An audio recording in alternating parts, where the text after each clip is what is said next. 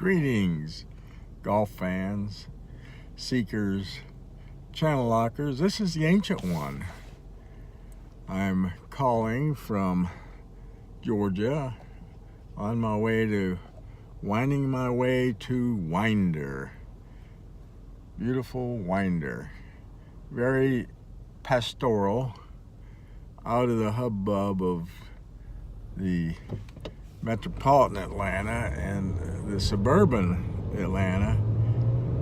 It's about 22 miles from Lawrenceville, where I live, we moved there 40 years ago, and that was out. But now it's definitely, Gwinnett County is the fastest growing county in the Atlanta area, the 5 major counties. So a lot of traffic, but we're blessed. This is March 23rd. It's spring now. The grass is growing. I mowed the lawn last night. So green grass, golf, the Masters coming. Wow. Baseball, Atlanta Braves have their opening day event next week. March Madness, get your brackets filled, 68 teams. It's already going on. And my favorite time of the year, rejuvenation. You can see the trees budding out. We got Bartlett pear trees blooming, and there's colorful daffodils and tulips, and wow, a mantle of beauty covering the earth, this section of the earth anyway. So in Australia, it's just the flip side. JH down there is experiencing fall and going into colder weather, I believe. Of course, about July, August, we'll wish for that back. But right now, 62 degrees today. That feels like a heat wave. And I hit balls every day. I go to the course.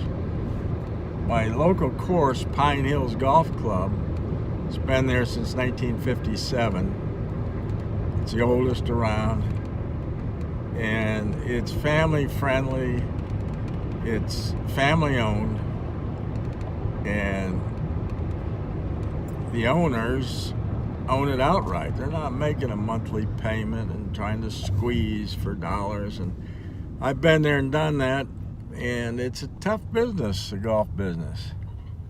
Whether it's a golf course, a golf shop, or golf teachers.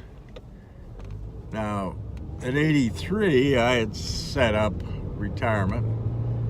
I may outlive my retirement the way it's going, but I make a tidy little income teaching.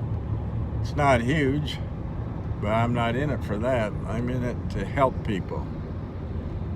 And I had a fellow yesterday that fell overboard at 8 years old in a lake, and a propeller chewed up his arm.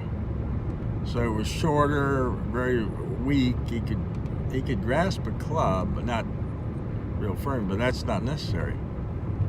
So he was a lifter. So that's one of the tenets of channel lock. Thou shalt not lift. One of the commandments. So pressure down, as JH says. Just like you're sandpapering going back. I love his word analogies. They're priceless. He's a wordsmith, and with his knowledge base and his background in martial arts and degree in biomechanics, so knowledgeable. And at 77, almost 78 years, what a ball striker. And the same with Bill Phillips at 67. So at 83, I've came a little late on channel lock, but I have adopted the protocols, the tenets, the principles. It's helped my game and swing immensely. Now, it doesn't happen overnight. Any habit, whether you're trying to instill a new habit or break an old one, takes time, takes repetitions. Now, I think I did shave this morning. When I shave, I start on the right side of my face. I don't know about you all, but and try, and I've done it. Start on your left side tomorrow morning. Don't cut yourself. It's awkward as hell. Same way, we all put our pants on in the morning, 1 foot at a time. And I, for some reason, probably J.H. could explain, I put my left foot in first. And I've checked with a number of right-handed people, and I knew a left-handed person, he does that too. I don't know why. But that's just habit, it's routine. We all have routines. I'm driving this car. I got in, I didn't have to think about what I should do. Put my right foot in first, reach in with my hand, pull myself around, and I turn the key and put my foot on the brake and crank it, start it up, check my mirrors, and that's just automatic. After I've been driving for 67 years, never had an accident, so I'm looking in the mirrors. I know the distances behind me. I drive an adequate speed, not always at the speed limit, but I allow adequate braking time if something happened. I've steered out of it. Well, in fact, day before yesterday, I noticed this car sitting there. The light was about to change, and he came out right as I was coming. I thought he saw me, but I slowed down. In fact, I had to stop, and I would have creamed him in the side. But that's defensive driving. It could have ruined my day and his too. Another case, a woman that was talking on her cell phone, and she could not see to the left. And I saw her. I saw that one coming, and she pulled right out in front of me. And that stuff happens. But fender benders are not so terrible, but it's inconvenient and not good, and probably $500 deductible if you're at fault. So don't do that. So golf, there are a lot of don't do's too. But there are absolutes, and there are variations allowed. The absolutes obey the laws of physics and geometry. So of course, balance is very key. Your setup, you want to know the low part of your strike, and you don't want to hit fat or thin, and you want to have an adequate distance from your body, not too close, not too far. It's hard to get too close, but the error seems to be too far away, and you're leaning out, your balance is compromised. But we look at all that when I do the camera, the video, the computer, we freeze frame, slow motion, we can see all that. You're not aware of it. The swing happens in 9/10 of a second. So it's 7/10 going back, 2/10 coming through. So if you put your hand on a hot stove, it takes 2/10 for that message to go through your nerves, up to your brain, back to your hand, and remove that's painful. So the swing is over. You can't correct it mid-stroke. So you have to imprint subconscious routine.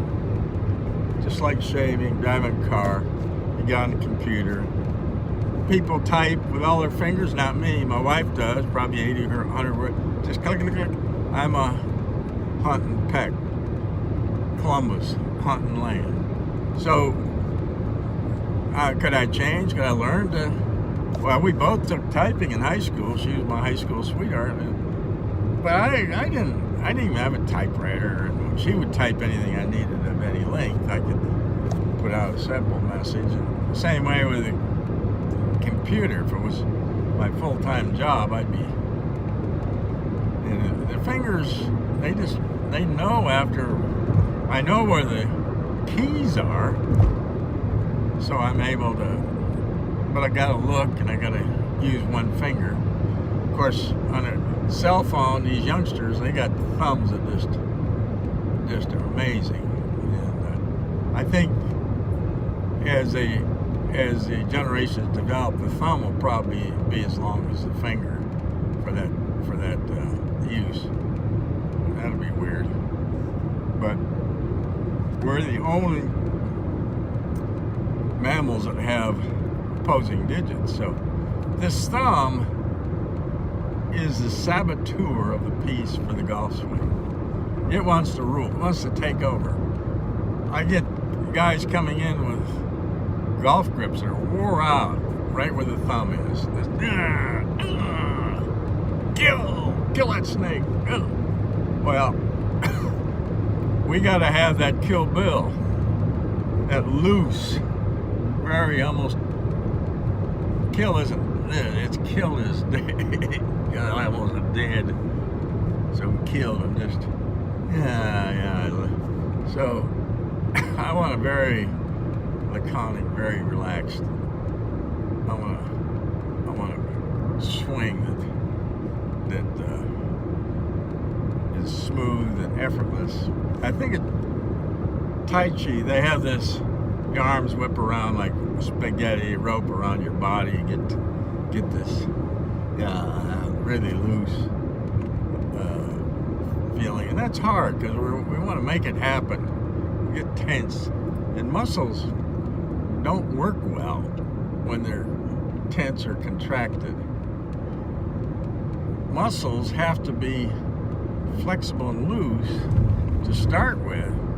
Then they come into the strike, perform their duty, then everything shortens up, tenses, and contracts, and then you can do a really good job. But if they're tense to begin with, it's Katie bar the door. You're not going to have a very good result. And as Matt says, you're going to struggle. So that's one of my main functions, and one of my main destinations is to attempt to get very, very smooth, very loose, very relaxed. So what we want is effortless power, not powerful effort. So everything, golf is sort of a game of contrast. To get control, we have to give up control. So you have to be laconic and just let it happen. Like going downstairs, if you had to think about how to poise yourself and where to balance your feet, what foot. No, we tripped down the stairs. I remember my wife and I, the first year after we were married, went to Washington, and we went up the Washington Monument, 66 stories, and we ran up those stairs back then. Man, that was the day. And so now I want the elevator. Anyway, I ramble on, and it's a good time killer. It takes me about 33 minutes to drive up here. I hope this video's not lasting that long. I don't have a watch on to check, but I'm retired. Other than teaching, I got time. I love to spend times with my students. Mary, who's coming today, she broke her wrist, and she's been laid up, and she has another ailment or something. So everybody has physical problems. Some people have mental problems, but golf helps you work through it. And I work with adaptive golf, people with physical challenges. I have one fellow, Glenn, that has an artificial right lower leg. I have Butch, who has no arms. I have stroke victims, Parkinson, multiple sclerosis. All kinds of things happen, but we can golf. We can even golf in a wheelchair. And I'm looking into being a golf coach for blind golfers, and they can play very well. And you just have to place the club behind the ball, and they make this swing. So the blind, in 5 senses, their other senses get super developed, and so they get a good sense of feeling, and of course hearing. And I don't think smell has too much to do with golf, but some shots are kind of stinky. So anyway, we want to have a sweet sound and effect and a good taste in our mouth from our shots. So how do we do this? We try to simplify the golf swing. Try to eliminate any unnecessary movement. We want balance. We want that feeling of Mo Norman greatness. You're in that channel, and it's just so tremendous when you have a solid strike in the sweet part of the golf face, which is only about the size of a dime, but it can be off. A lot of these are cavity back, game improvement, but you don't want to be too far off. You get out in the toe, it's clanky, and the heel's no good either. So and that's just by practice. You throw darts. I'm a top-level pool player. Very precise. An artist is very precise. A musician is very precise. So you can learn these things. The physicality of the human, the mind body, it's amazing what you can do. But you have to be motivated. You have to practice. You know, practice makes perfect, but no, it's perfect practice makes perfect. So repetition is the mother of all learning, and kinesiology, I read somewhere, it takes 555 repetitions to imprint a highly specialized motor skill. Now, I had an expert marksman, and he said it takes more like 10,000. So I don't know, I think it's probably relative to the individual. Some are really quick to pick up, some takes longer, but perseverance. Rory had the 3 P's: practice, patience. There's a lot of P's. Poise. You have to develop these. And you know, golf mirrors life, or I don't know, life mirrors golf. There's a lot of both in each. So one thing golf does, and I read this, and it's this Swedish Medical Institute made an extensive study on aging. They found out if you're an active golfer, play at least once a week,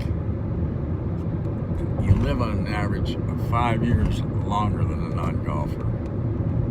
So you can explain that to your wife, and she will be glad to go out and have you get your greens, extend your life. Anyway, I'm coming up to my turn here. This is the Ancient One. Have a great day. Get out and enjoy nature. You need a half hour in the sun every day to get your vitamin D quotient. You can do it by a pill, it's not as good. And then, of course, walking, what you do even though you're on a cart, is really good for you. This is the Ancient One signing off. Peace. Love y'all. Take care.